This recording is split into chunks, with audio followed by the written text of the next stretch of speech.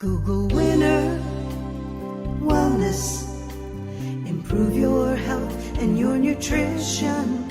Call 770-536-6600. Hello, everybody, and welcome to the Winter Wellness Podcast with your host, Mike Stewart, and resident expert, Dr. Jack Winter. As of today, in April 2020, and I want to timestamp this because you might be listening to this far in the future, but as of today, April 2020, we are in the midst of the COVID-19 pandemic. So, Dr. Jack, what are your ideas and suggestions for us to prepare for the future? Well, Mike, that's a great idea because if it's happening now, it certainly could happen in the future. So, Mike, what I'd like to do is going to take our listeners through this process so they begin to see really what's going on. First of all, let's start with what we already know. At this point, and this is April of 2020, there's 42,000 deaths worldwide that we recorded. The 42,000 seems like a large number. However, I looked back last year for the CDC, which is our agency that looks at disease processes in America. And come to find out, last year they had anywhere from 24 to 65,000 people die of the flu. Now, this is actually what this pandemic is. The coronavirus 19 is actually a flu system. Virus is actually in the system. So if we had 24 to 65,000 last year, we didn't consider that pandemic. It's not, that's just normal flu season, which in fact is actually what it was. So I had a chance also. So again, I want to bring this to light with people because again, we start beginning to play off of fears here. And people are doing things out of fear that because we're being told by the news media, this is a pandemic, this is terrible. So let's talk about what's this really doing to us as a society. By the way, just to put some things in perspective here, by the way, also. Again, I told you there's 42,000 people that we think died from the flu. Now, we're not even sure they really died from that virus, but we're just going to take it for granted that maybe that's true. But to give you a perspective here, last year, 647,000 people died of heart attacks. 800,000 people died of suicide. Cancer, 558,000 died of cancer. The diabetes last year, 1.6 million people died of cancer, and 187,000 of those were children. So we start looking at all these numbers and say 42,000 compared to, again, just suicides in this country, we're really out of balance here. If we want to go after some kind of pandemic, we should go after heart attacks or suicides. So again, I think we're a little out of balance on this one. So would we consider this a pandemic or not? Would suicide be considered a pandemic? So right now, our healthcare professionals are saying that we need or we have to have a vaccine. And if we had that vaccine, that would stop a lot of this. Again, last year, we didn't have vaccines for that flu, or we thought we did to some degree, but we still had that many people dying. So let's just talk about the virus to put this in perspective as well. Did you know that the viruses in the body reproduce every 20 to 30 minutes? Not days and months, every 20 to 30 minutes. And we know there's more than 1,000 different viruses in the system that are continually reproducing all the time.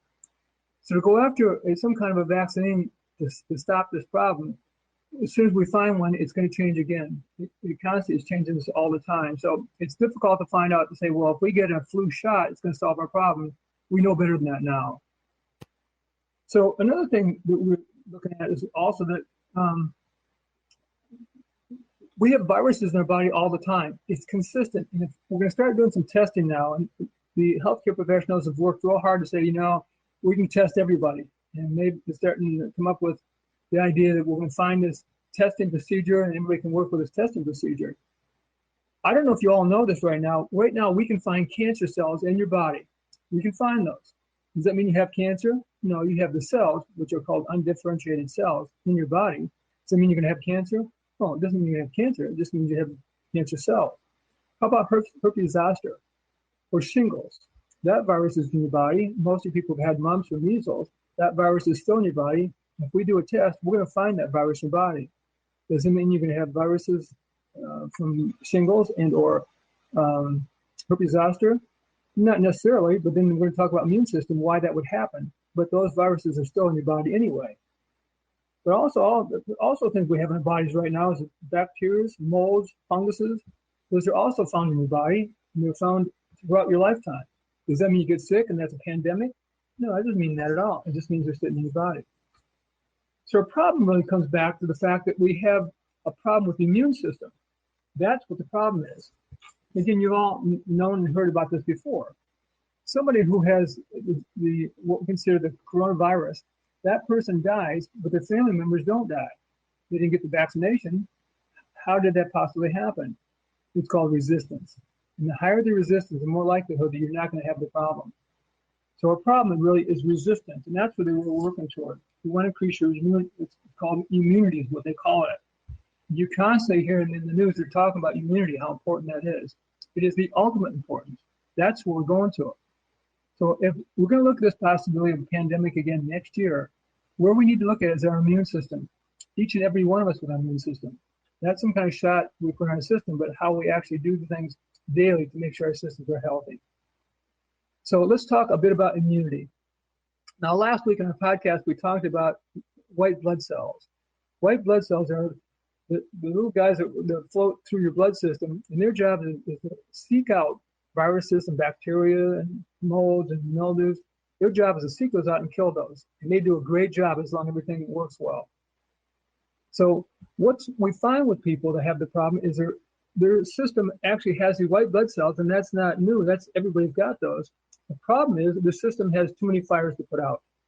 What I mean by that, when there's so many things going on in your life, the body says, I got bacterial growth, I got stress in my family, I'm not eating properly, I'm working too hard.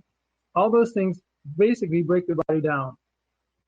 And we talk a lot about, is we see the body from three perspectives. And when we all get done here, I want to lay those perspectives out so you can very naturally begin to change these things for the next year. But here's what we see. Physically, your body's going to break down physically, chemically, or emotionally. Let's start with physically.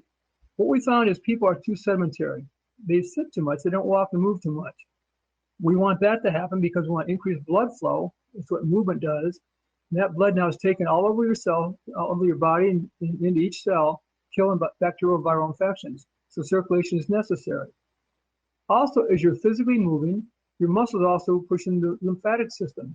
The lymphatic system is like the garbage pail system of your body. It's actually taking those toxins out of your system, taking through the heart and kidney, and then eventually up the urinary system, out your body. So we're taking those toxins back out, and that's got to flow, and that's where water helps us so much to make that happen. Also, we're finding people are not sleeping very well.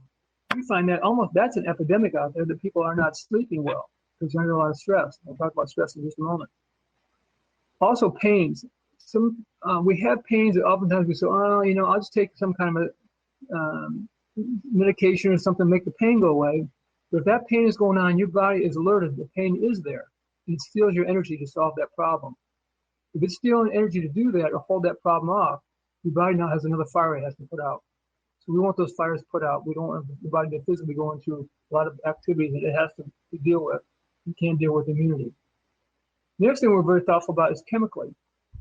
What's happened to our society? And you can look around us and see this for yourself.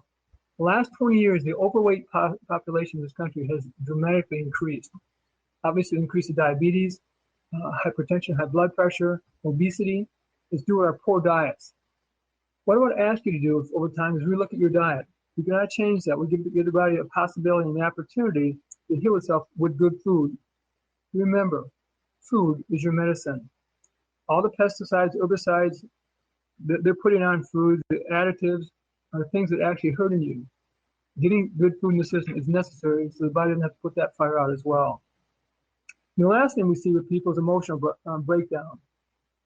People are stressed out. They're dramatically stressed out now, more than they've been in a long, long time.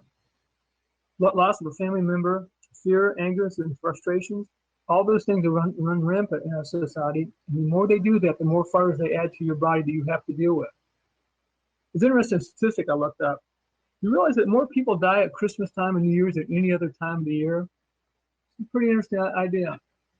What's going on with that? What we find is that people are holding themselves emotionally into a position where they can make it through Christmas and then die shortly after on the New Year's. Statistics are very high in that number, knowing that the emotional stress of your body affects your physical body as well.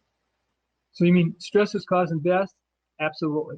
And what they're doing with the newspapers and the media that are stressing people out are actually pushing them toward a broken down immune system, which we got to bring back up and maintain as well. All right, so that's kind of the problem. So again, so how are we going to solve that? Well, the first thing we ask you to do is clean up your diet. So just real basic things here. First thing, when you walk into a grocery store, walk on the outside aisles in the grocery store. That's where the live food is.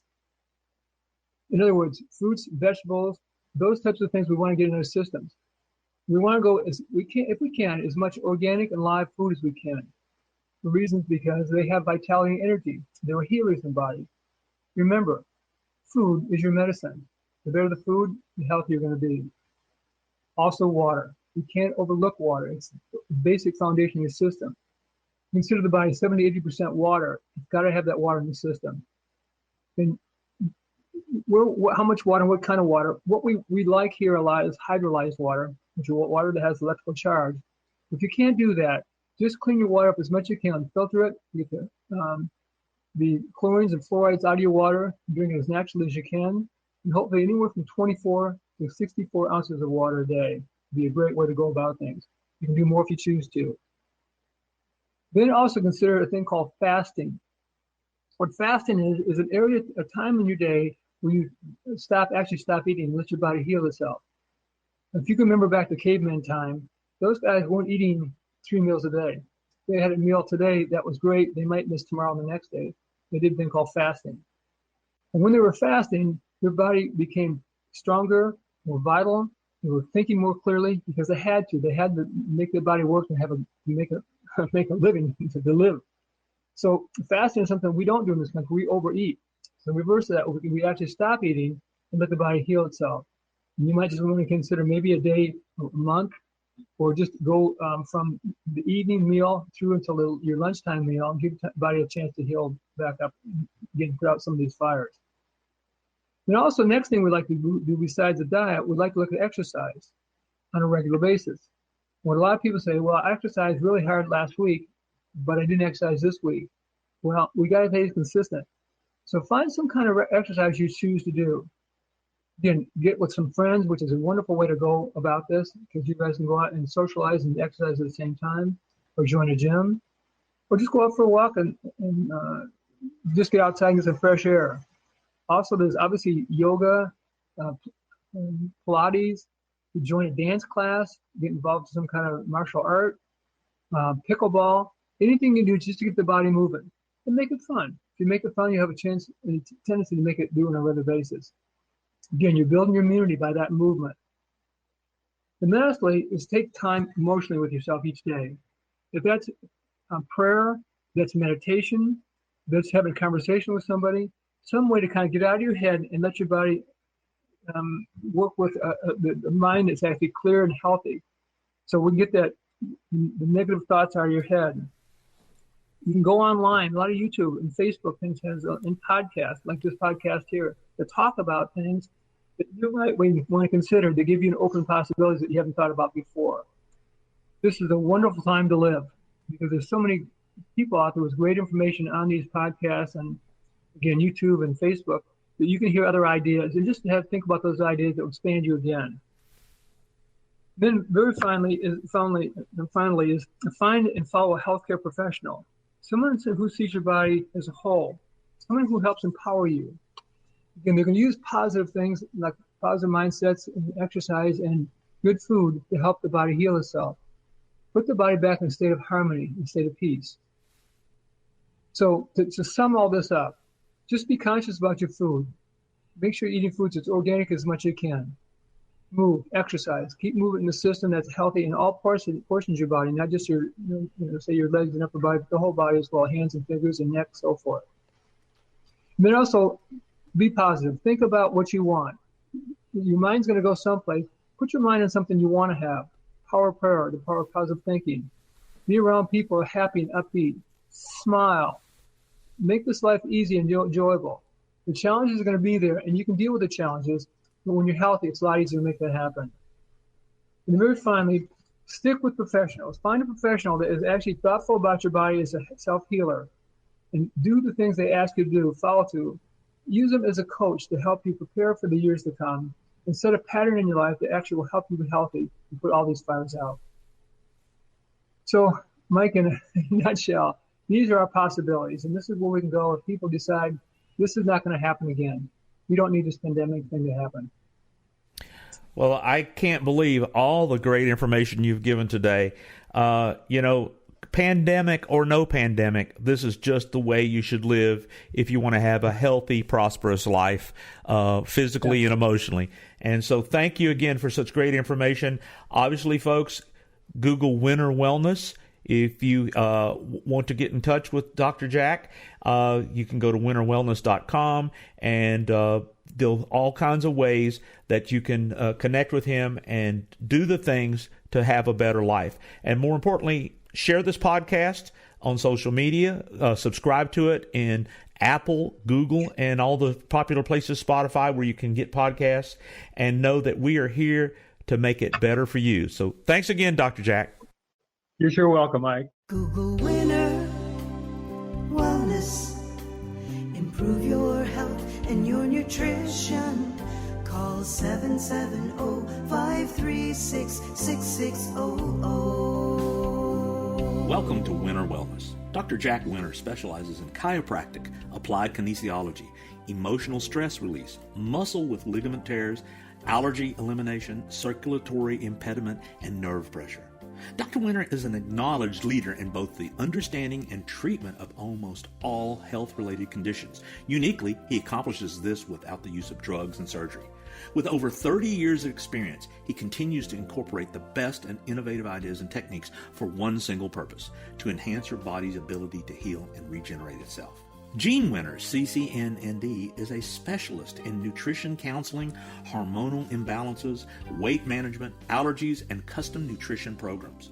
A certified clinical nutritionist since 1998, individually designed nutrition and weight loss programs is their specialty, with nutrition coaching, custom cleanses, herb, vitamin supplements, saliva hormone testing, and natural bioidentical hormones. Weight management, nutrition coach, allergies, food intolerances, and digestive challenges.